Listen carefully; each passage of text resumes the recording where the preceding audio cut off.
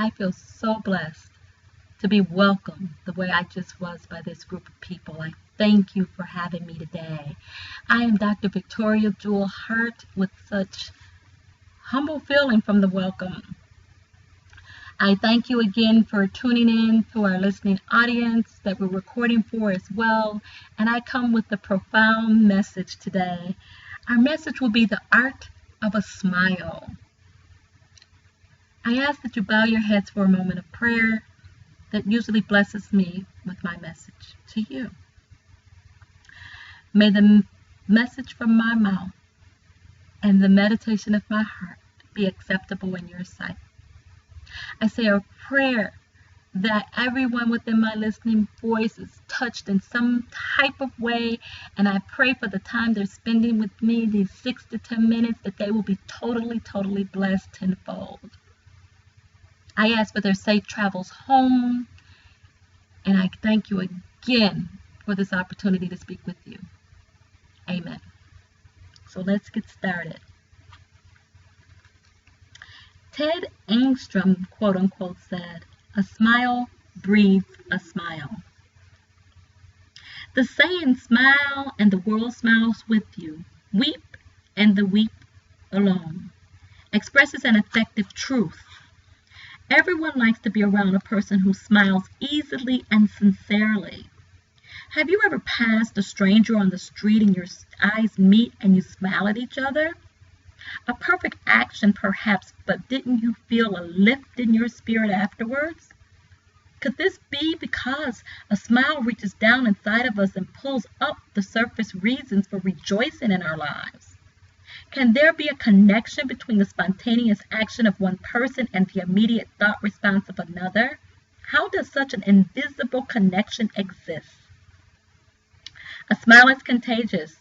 Couldn't it be that a smile stirs something within that tells us we have been given a gift? In choosing a return smile, are we saying yes to the other person, to life, to ourselves? Consider people you know who have a positive attitude, a sense of humor, and a happy perspective on life. Then ask yourself how you fit into this pattern. How many times have you smiled today? And what brought the smile to your face and heart? A smile is a gift we can easily pass on to everyone we meet through the sincere effort of giving. It is a gift we offer ourselves as well, and it can be triggered by a thought, an idea, or remembrances of happy times past.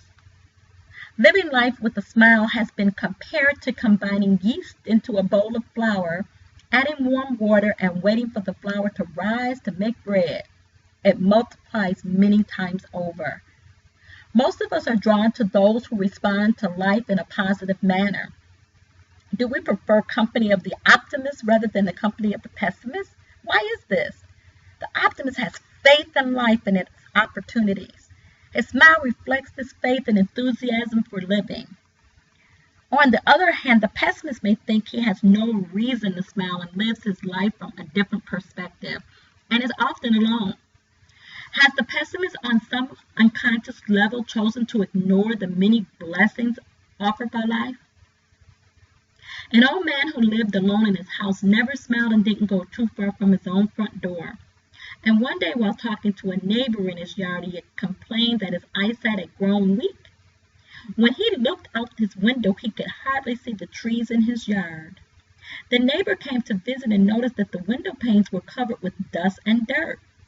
Wanting to be helpful, she cleaned the windows with soap and water. When she finished the job, the old man looked out the window and smiled. He lifted up his face. He was delighted that he could finally see so clearer than ever. The neighbor smiled at his excitement and said, quote, "Your eyesight was all right. Your windows were just dirty," unquote. Should we try never to allow the windows of our soul to get dirty and obscure our smile? A sincere smile from the heart can kindle little lights of love and service wherever we go. When we learn to smile in the face of life's adversities, are we better equipped to overcome problems more effortlessly? Ella Wheeler Wilcox wrote, quote, 'Tis easy enough to be pleasant when life's flowing along like a song.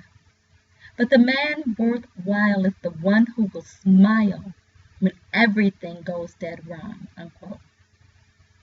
There are 3 simple words that can be of tremendous assistance for developing a positive attitude in our lives. Feel supremely happy.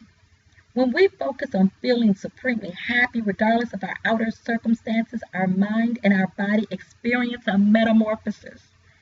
Our thoughts, emotions, facial expressions, health, attitudes, in fact, everything about us improves. If we persist with this feeling and with thanksgiving until it becomes a vital part of our lives, could we experience greater harmony in all areas of our lives? Does living life with a smile enable us to perceive the joy of life regardless of the situation of our experience? Although there are many times when it is inappropriate to giggle or laugh aloud, a genuine smile is never out of place. Can you think of times and places where the world could use a little more light and love? In closing, the smile we bring to a difficult situation can infuse the challenge with the light of understanding and love, which attracts harmonious solutions. It may also inspire those around us to respond in a similar manner. Our smile truly makes a difference. What a wonderful message. I thank you so much. I'm so grateful. I'm just so blessed to be a vessel for this message to come through. I ask that you share it to whomever you feel it may bless. If you have any questions, concerns, just contact me. I'm at AskDrVictoria@yourpurpose.com. I thank you again for tuning in, and know that these spiritual laws really do accelerate your process to living your dreams and your purpose and your divinity that's within you. Be blessed.